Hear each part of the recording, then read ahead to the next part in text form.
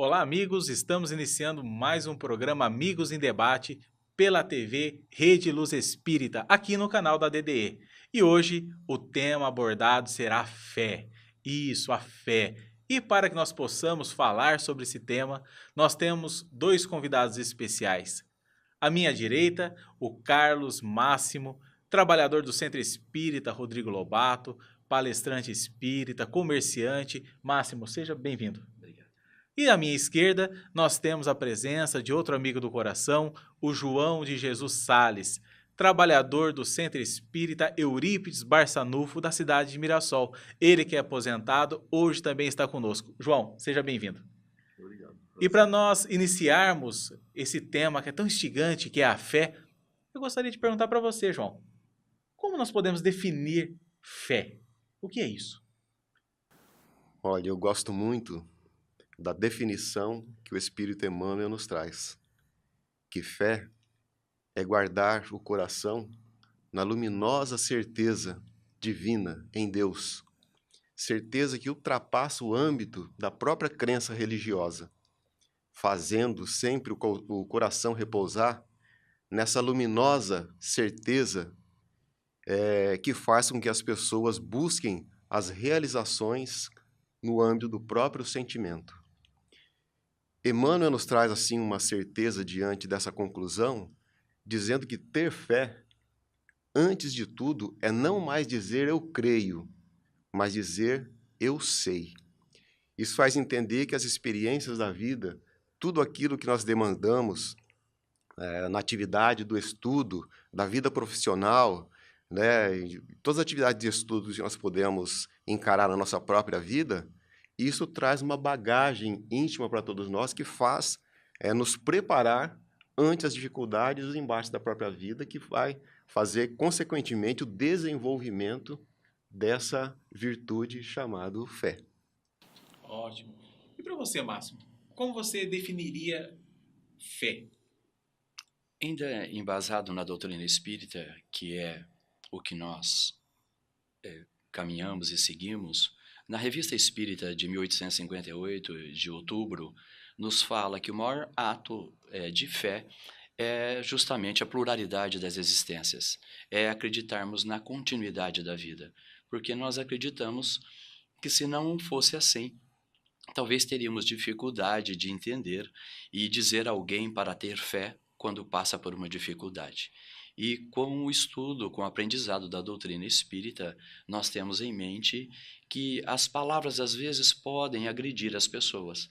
O nosso exemplo seria muito mais interessante e muito mais importante, como também as palavras, que é a intenção deste canal e dessa divulgação que estamos tentando e nos esforçando a fazer, e comentando sobre a fé. Então, pelas duas explicações que vocês trouxeram, e tomando até como referência aquela frase memorável de Kardec, da fé inabalável, que é aquela que pode encarar a razão frente a frente em todas as épocas da humanidade, ou seja, é aquela que entende, compreende os princípios divinos, que nos traz essa explicação que você apontou da pluralidade das existências, ou seja, das muitas experiências de espírito imortais que somos, e no que o João falou, que é a certeza, né, a compreensão das coisas, nós podemos entender que a fé é um mecanismo divino que nos fortalece frente às dificuldades do dia a dia, né?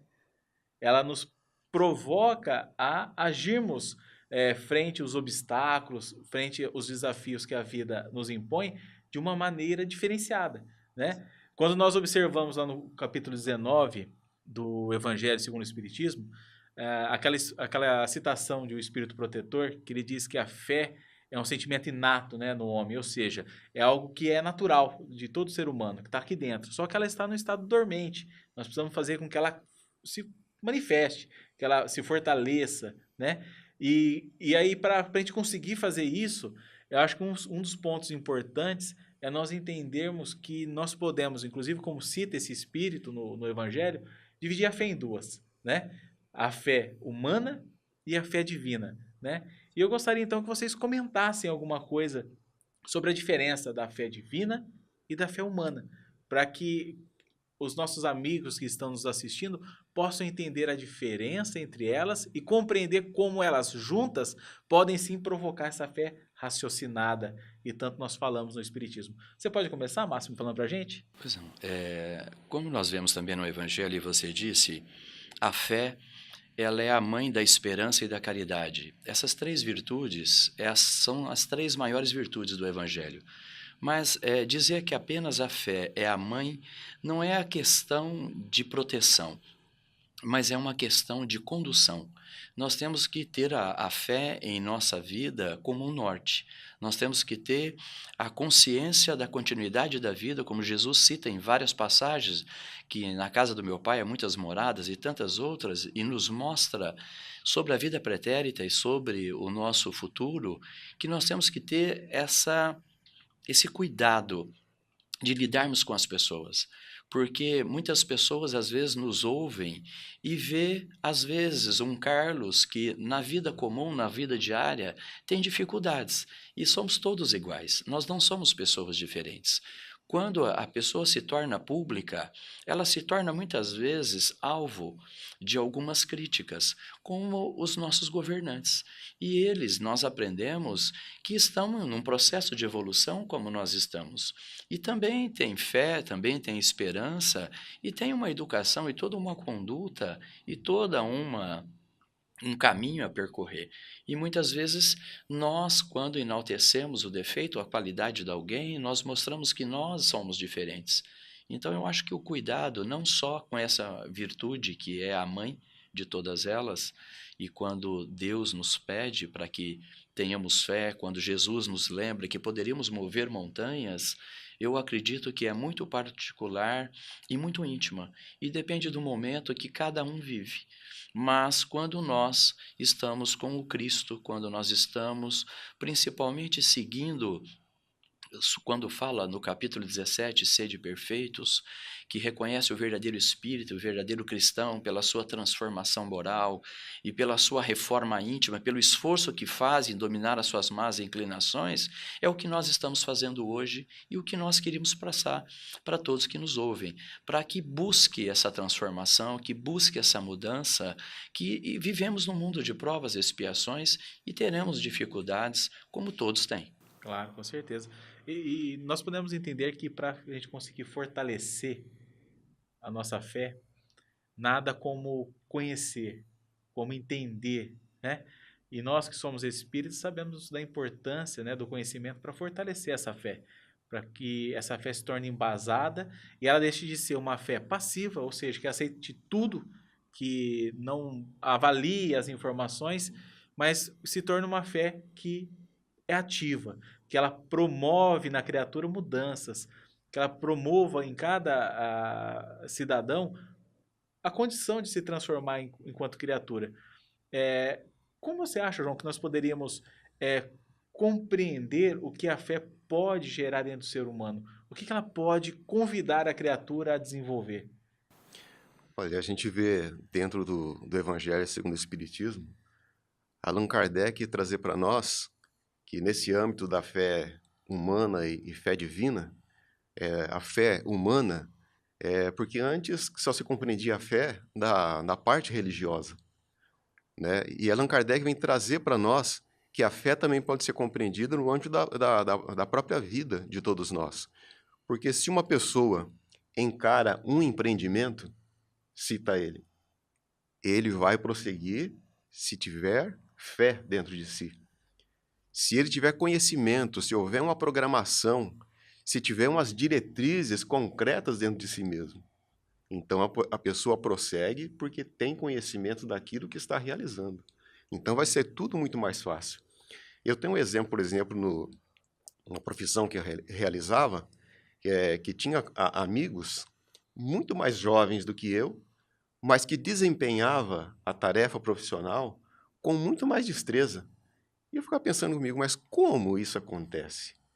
Por que eu, muito mais velho no serviço, não consigo desempenhar como esses amigos? E passei a pensar depois comigo mesmo.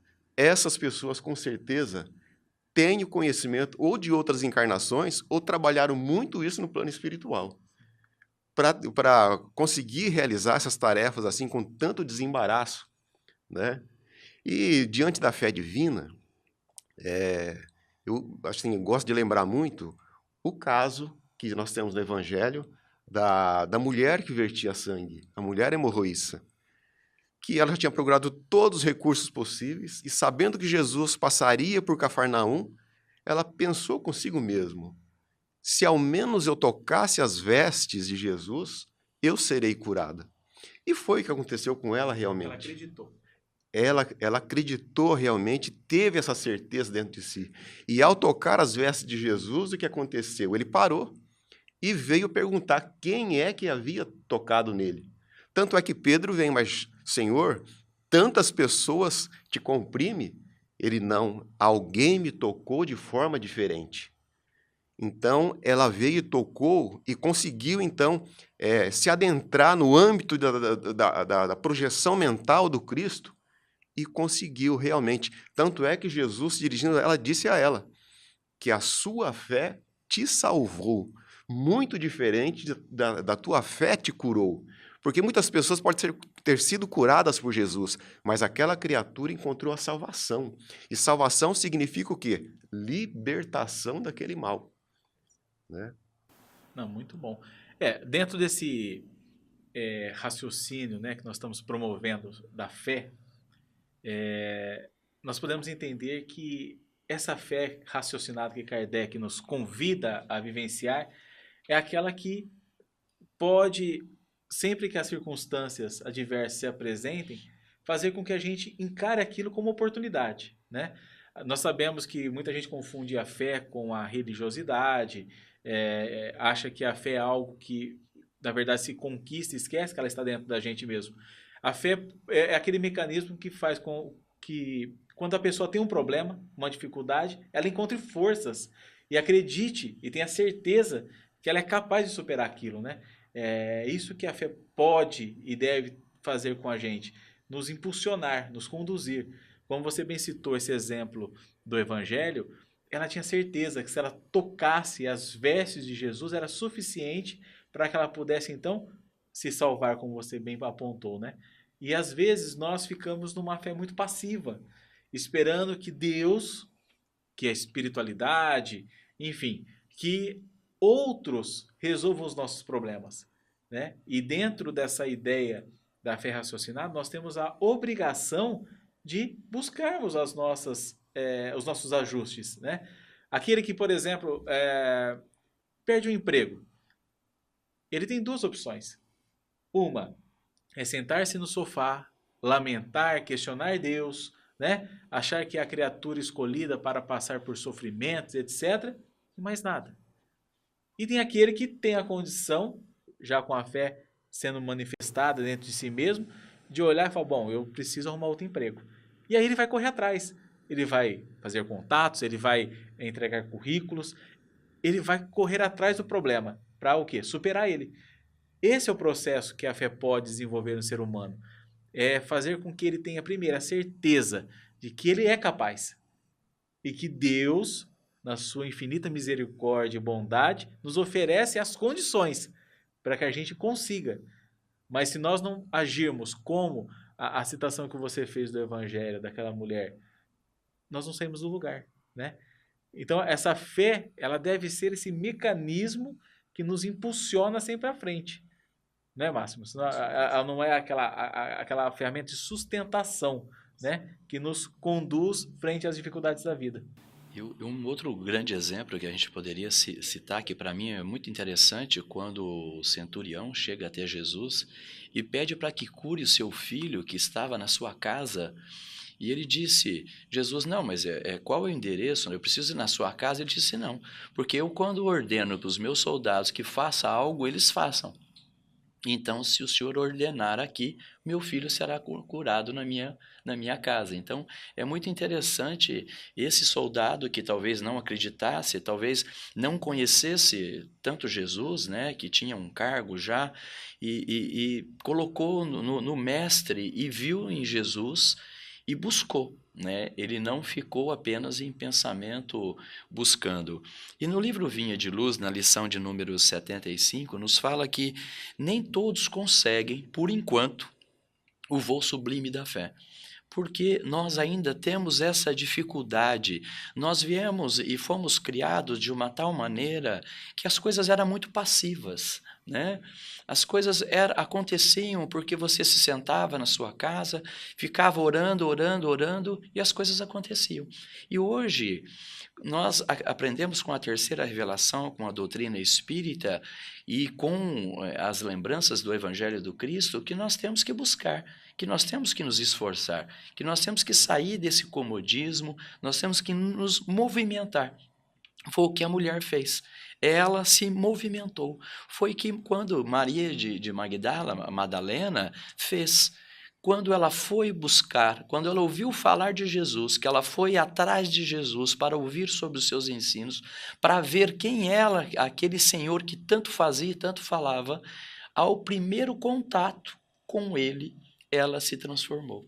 Não é tido em muitas religiões como exemplo, nós sabemos, mas sabemos da sua transformação e da sua mudança e podemos tê-la como um exemplo de transformação, não de conduta, porque ela, e como muitos de nós, conhecemos o Cristo talvez todos os dias, sabemos que ele existe, lemos o seu evangelho e não colocamos em prática. Então ficamos à mercê de espíritos que às vezes usam desse comodismo nosso para nos atrapalhar muitas vezes e fazerem coisas que nós não queremos, como Paulo dizia, que o que ele queria fazer, né, ele não fazia, o que ele não queria, ele fazia. Então é muito interessante a gente fazer um contexto e um paralelo sobre a questão da fé, que é uma conquista, que é uma busca. Exato. Ô, João, como você entende, eu gostaria que você comentasse isso para os nossos amigos que nos assistem, como a fé pode auxiliar as pessoas? Como que ela pode fazer com que a pessoa que nos ouve, que nos acompanhe, possa realmente superar as próprias dificuldades? O que a fé pode fazer dentro dessa criatura? Olha, a gente pode encontrar nas palavras de Allan Kardec. A fé é a base da regeneração.